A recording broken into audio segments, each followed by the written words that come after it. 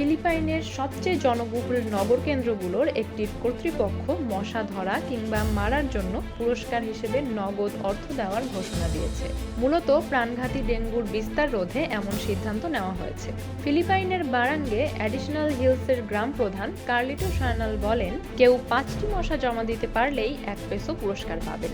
সেখানে ডেঙ্গুতে 2 জন শিক্ষার্থীর মৃত্যুর পর এই সিদ্ধান্ত নেওয়া হয়েছে। কার্লিটো সার্নাল বলেন, জীবিত কিংবা মৃত মশা জমা দিলে মিলবে পুরস্কারের অর্থ।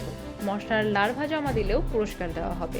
পরে অতিবেগুনি রশ্মি ব্যবহার করে জীবিত মশা নির্মূল করা হবে। গ্রাম প্রধান জানান, রাস্তা পরিষ্কার রাখা ও এডিস মশার বংশ বিস্তারের স্থান নষ্ট করার পাশাপাশি জীবিত বা মৃত মশার বিনিময়ে পুরস্কার দেওয়ার ব্যবস্থা করা হয়েছে। ফিলিপাইনের স্বাস্থ্য বিভাগ বিবিসিকে জানিয়েছে, ডেঙ্গুর বিরুদ্ধে লড়তে স্থানীয় প্রশাসনের নির্বাহীদের সদিচ্ছা প্রশংসাযোগ্য।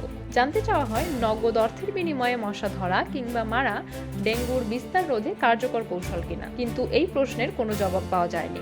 মঙ্গলবার রাতে এ পুরস্কার ঘোষণার পর আলোচনা সমালোচনা শুরু হয়েছে। সামাজিক যোগাযোগ মাধ্যমের কমেন্টে একজন লিখেছেন, এখন মশার খামার করা হবে। আরেকজন প্রশ্ন রেখেছেন, শুধু একটি ডানা থাকলে কি মশা ফেরত দেওয়া হবে?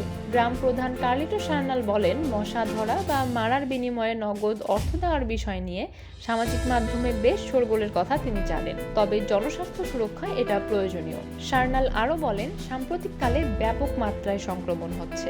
স্থানীয় প্রশাসন ওই এলাকায় 44 জনের ডেঙ্গু শনাক্ত করেছে। এটা অন্যতম বড় ও জনবহুল একটি এলাকা। কাজেই স্থানীয় সরকারকে সহায়তায় আমাদেরও কিছু করার আছে। ফিলিপাইন জুড়ে ক্রমেই ছড়িয়ে পড়ছে ডেঙ্গু। দেশটির DOH বলছে, এবছরের 1 ফেব্রুয়ারি পর্যন্ত ফিলিপাইনে 28,234 জনের ডেঙ্গু শনাক্ত হয়েছে। সংখ্যাটি গত বছরের একই সময়ের তুলনায় 40% বেশি।